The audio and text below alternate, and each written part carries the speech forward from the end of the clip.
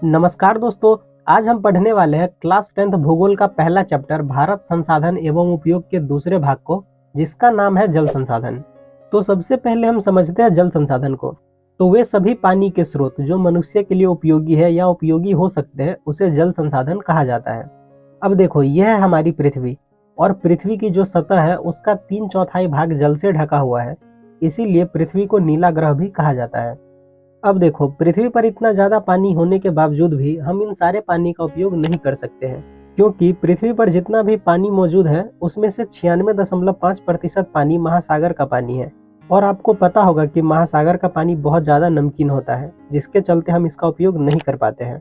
लेकिन इनके अलावा 2.5% पानी ऐसा है जो मृदु जल है, यानी कि ये नमकीन नहीं होते हैं और हम इसका उपयोग कर सकते हैं। लेकिन यहाँ पर भी एक समस्या है। हमारे पास जितने भी मृदु जल है उसका 70% भाग बर्फ और ग्लेशियर के रूप में है, और बचा हुआ 30% मृदु जल भूपृष्ठीय जल और भूजल के रूप में है, और केवल हम इसी 30% पानी का उपयोग कर सकते हैं। लेकिन यहाँ पर एक सवाल आता है कि क्या ये 30% पानी हमारे लिए पर्याप्त है? तो इसका जवाब है हाँ, क्योंकि जो पानी है वो नवीकरणीय संसाधन है। अब देखो, आपको पता है कि पृथ्वी पर बहुत पानी है, लेकिन वो पानी कहाँ कहाँ पर और किन किन रूप में पाया जाता है? तो पृथ्वी पर जो जल स्रोत है वो मुख्यतः 4 रूपों में पाए जाते हैं। पहला भूपृष्ठीय जल, दूसरा भूमिगत जल, तीसरा वायुमंडलीय जल और चौथा महासागरीय जल। तो अब हम इन चारों को एक एक करके अच्छे से समझते हैं।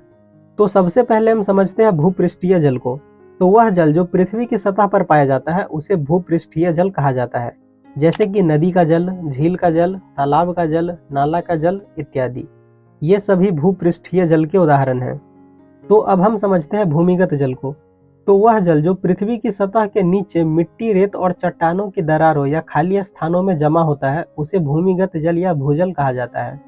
अब देखो, यहाँ पर आपके मन में एक सवाल आ रहा होगा कि पृथ्वी की सतह के नीचे पानी कैसे गया। तो देखो, जो भूपृष्ठीय जल होता है या जो वर्षा का पानी होता है, उसे मिट्टी अपने अंदर धीरे धीरे सोखती रहती है, और ये पानी धरती के नीचे जाकर जमा होते रहती है। अब देखो, ये जो भूमिगत जल है उसे हम चापाकल, कुआं, नलकूप के द्वारा बाहर निकालते हैं उसका उपयोग करने के लिए। तो अब हम समझते हैं वायुमंडलीय जल को। तो वह जल जो पृथ्वी के वायुमंडल में मौजूद होता है उसे वायुमंडलीय जल कहा जाता है। अब यहाँ पर आपके मन में 2 सवाल आ रहा होगा। पहला कि क्या वायुमंडल में भी जल होता है, और दूसरा वायुमंडल में जल आता कहाँ से है। तो आपके पहले सवाल का जवाब ये है कि हाँ, वायुमंडल में भी जल होता है, जैसे कि वर्षा की बूंदे, कोहरा, बर्फ के क्रिस्टल इत्यादि, ये सब जल के ही रूप है। तो आपके दूसरे सवाल का जवाब ये है कि वायुमंडल में जल भूपृष्ठीय जल से ही आता है। होता यह है कि सूर्य की गर्मी के कारण नदी, झील, तालाब इत्यादि का पानी वाष्प बनकर वायुमंडल में चला जाता है। तो अब हम समझते हैं चौथे जल के स्रोत को, जो कि है महासागरीय जल। तो वैसा जल जो पृथ्वी के सागरों और महासागरों में मौजूद होता है उसे महासागरीय जल कहा जाता है, जैसे कि समुद्र का पानी, प्रशांत महासागर का पानी, हिंद महासागर का पानी इत्यादि। तो अब हम समझते हैं अपने अगले टॉपिक को, जो कि है जल संसाधन का वितरण। तो देखो, पृथ्वी पर तो बहुत पानी है, लेकिन हर जगह बराबर मात्रा में पानी नहीं है। अगर हम बात करें विश्व की, तो दक्षिणी गोलार्ध में सबसे ज्यादा जल पाया जाता है, इसीलिए दक्षिणी गोलार्ध को जल गोलार्ध भी कहा जाता है। और जो उत्तरी गोलार्ध है वहां पर भी बहुत पानी है, लेकिन वहाँ पानी से ज्यादा जमीन है, इसीलिए उत्तरी गोलार्ध को स्थल गोलार्ध भी कहा जाता है। अब देखो, विश्व में जो मृदु जल है यानी कि जो मीठा जल है, उसका 75% भाग अंटार्कटिका, ग्रीनलैंड और पर्वतीय क्षेत्रों में बर्फ की चादर या हिमनद के रूप में मौजूद है। और अगर हम बात करें भारत की, तो विश्व की लगभग 16% आबादी भारत में रहती है, और इस आबादी के लिए विश्व का लगभग 4% स्वच्छ जल ही उपलब्ध है। तो क्या ये 4% जल भारत के लिए काफ़ी है? तो इसका जवाब है हाँ, क्योंकि भारत में प्रति वर्ष 4000 घन किलोमीटर जल वर्षा के द्वारा और 1869 घन किलोमीटर जल भूपृष्ठीय जल के द्वारा प्राप्त होता है। और ये जल भारत के लिए काफ़ी है, क्योंकि आप इसका अंदाज़ा इस बात से लगा सकते हो कि 1 घन किलोमीटर में 1 लाख करोड़ लीटर जल होता है, और भारत के पास जितना भी पानी है उसका सिर्फ हम 32% ही उपयोग कर पाते हैं। अब देखो, भारत में जो भूपृष्ठीय जल है उसका 2/3 भाग देश के 3 बड़ी नदियों में प्रवाहित होता है। तो कौन से वो 3 देश? तो पहला है सिंधु, दूसरा है गंगा और तीसरा है ब्रह्मपुत्र। और आपको मैं बता दूं कि विश्व की जो 10 सबसे बड़ी नदी है उसमें पहले नंबर पर नील नदी का नाम आता है, और ब्रह्मपुत्र नदी का नाम 8वें नंबर पर आता है, और गंगा नदी का नाम 10वें नंबर पर आता है। अब देखो, भारत में जो भूमिगत जल उपलब्ध है वो लगभग 443.9 अरब घन मीटर है और इस जल का 19% हिस्सा अकेले उत्तर प्रदेश में पाया जाता है। तो अब हम समझते हैं अपने अगले टॉपिक को, जो कि है जल संसाधन का उपयोग। तो देखो, भारत की जनसंख्या बहुत तेजी से बढ़ रही है और जब जनसंख्या बढ़ेगा तो पानी की ज़रूरतें भी उतनी ही ज़्यादा बढ़ेगी। एक डेटा के अनुसार अगर हम बात करें 1951 ईस्वी की, तो उस समय पर भारत की जनसंख्या कम थी, जिसके चलते भारत के प्रति व्यक्ति जल उपलब्धता 5177 घन मीटर थी। और अगर हम बात करें 2001 की, तो ये डेटा 1829 घन मीटर प्रति व्यक्ति जल तक पहुंच गई थी। और उसी समय पर एक अनुमान लगाया गया था कि ये डेटा 2025 ईस्वी तक भारत में प्रति व्यक्ति जल 1342 घन मीटर प्रति व्यक्ति जल हो जाएगी। और अगर ऐसा ही चलता रहा तो आने वाले समय में हमें जल संकट की समस्या का सामना करना पड़ सकता है। अब देखो, ऐसा भी नहीं है कि हम पानी का उपयोग करना ही छोड़ दें, क्योंकि जीवन चलाने के लिए हमें पानी की ज़रूरत तो होगी ही। आप इसका अंदाज़ा इस बात से लगा सकते हैं कि प्राणियों में 65% और पौधों में 65 से 95% तक जल का अंश मौजूद रहता है। और अगर हम बात करें जल की उपयोग की, तो पेयजल, घरेलू कार्य, सिंचाई, उद्योग, जन स्वास्थ्य, स्वच्छता एवं मल मूत्र विसर्जन इत्यादि इन सब कामों के लिए जल का उपयोग होता है। इसके अलावा जल का उपयोग जल विद्युत निर्माण, परमाणु संयंत्र शीतलन, मत्स्य पालन, जल कृषि, वानिकी, जल क्रीड़ा इत्यादि जैसे कामों के लिए किया जाता है। तो अब हम समझते हैं अपने अगले टॉपिक को, जो कि है बहुउद्देशीय परियोजनाएं। तो देखो, स्वतंत्रता प्राप्ति के बाद देश को आर्थिक रूप से आत्मनिर्भर बनाने के लिए और देशवासियों के जीवन स्तर को सुधारने के लिए कुछ परियोजनाएं चलाई गई थी। और इन सब परियोजनाओं में से सबसे ज़्यादा ध्यान नदी घाटी परियोजनाओं पर दिया गया था। आप इन बातों का अंदाजा इस बात से लगा सकते हैं कि भारत के पहले प्रधानमंत्री पंडित जवाहरलाल नेहरू ने देश के बांधों को आधुनिक भारत का मंदिर कहा था। अब देखो, यहाँ पर आपके मन में एक सवाल आ रहा होगा कि नदी घाटी परियोजनाओं का उद्देश्य क्या है। तो देखो, नदी घाटी परियोजनाओं के कई सारे उद्देश्य हैं, जैसे कि सबसे पहले किसी नदी के ऊपर बांध बनाया जाता है, जिनसे होता यह है कि बाढ़ को नियंत्रित कर सकते हैं, मृदा अपरदन को रोक सकते हैं, पीने के लिए या सिंचाई के लिए जल की पूर्ति कर सकते हैं। और इन सब के अलावा बिजली उत्पादन, उद्योगों के लिए जल की पूर्ति, परिवहन, मनोरंजन, वन्य जीव संरक्षण, मत्स्य पालन, जल कृषि, पर्यटन इत्यादि, ये सब काम नदी घाटी परियोजनाओं के तहत ही किया जा सकता है। और इन सब बातों को ध्यान में रखकर भारत में कई सारे नदी घाटी परियोजनाओं का विकास हुआ, जैसे कि भाखरा नांगल बांध, हीराकुंड बांध, दामोदर घाटी परियोजना, गोदावरी नदी घाटी परियोजना, कृष्णा नदी परियोजना, स्वर्ण रेखा परियोजना एवं सोन नदी परियोजना। लेकिन इन सब परियोजनाओं में कुछ ऐसे भी परियोजनाएं थी जिनका विरोध होने लगा, जैसे कि टिहरी बांध आंदोलन। इस परियोजना में सरकार को बहुत से जन विरोध का सामना करना पड़ा, क्योंकि वहाँ के लोगों का कहना था कि हम अपनी जमीन, आजीविका और संसाधन को छोड़कर तो चले जाएंगे, लेकिन उसके बदले हमें उचित मुआवजा मिलना चाहिए। ठीक इसी तरह से हमें एक और घटना देखने को मिलता है, नर्मदा बचाओ आंदोलन। इसमें हुआ यह था कि 1985 ईस्वी में गुजरात के नर्मदा नदी पर सरदार सरोवर बांध बनने वाला था, लेकिन वहाँ के स्थानीय लोगों को वो जगह छोड़कर कहीं और जाने को बोला गया और उसके बदले उचित मुआवजा भी नहीं दिया गया। और इन सब के अलावा पर्यावरण को भी हानि पहुंच रहा था। तो इन सब को देखते हुए ये आंदोलन हुआ था और इस आंदोलन का नेतृत्व मेधा पाटेकर ने किया था। और इस आंदोलन का उद्देश्य था कि लोगों का उचित पुनर्वास हो और पर्यावरण की सुरक्षा हो।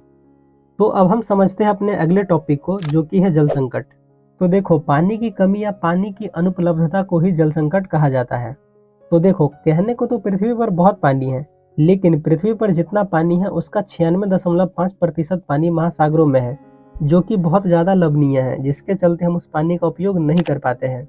और पृथ्वी पर जो अलवणीय जल है, यानी कि जो मृदु जल है, वो 2.5% है, जिसका उपयोग हम करते हैं।